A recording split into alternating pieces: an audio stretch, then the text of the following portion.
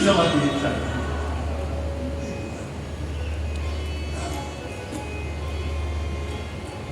અનેક રાજ્યને અનેક બધાને વ્યક્તિગત પ્રભુ મળ્યા છે. ઐશ્વર્ય લીલા પ્રભુની પ્રગટ થઈ. સૌથી પ્રથમ ભગવાન રામ માં કૈકેયીને ઘરે ગયા. માનો સંકોચ અને માની ગુલામી મટાડી દીધી.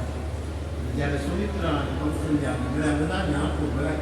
જાનકીજીને જ્યાં ગયા ત્યાં બધા ભગવાન વશિષ્ઠજી પધાર્યા છે.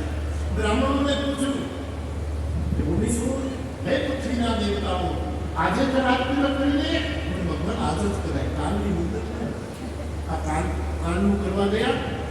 એમાં એક મમતાની એવી રાત વચ્ચે આવી.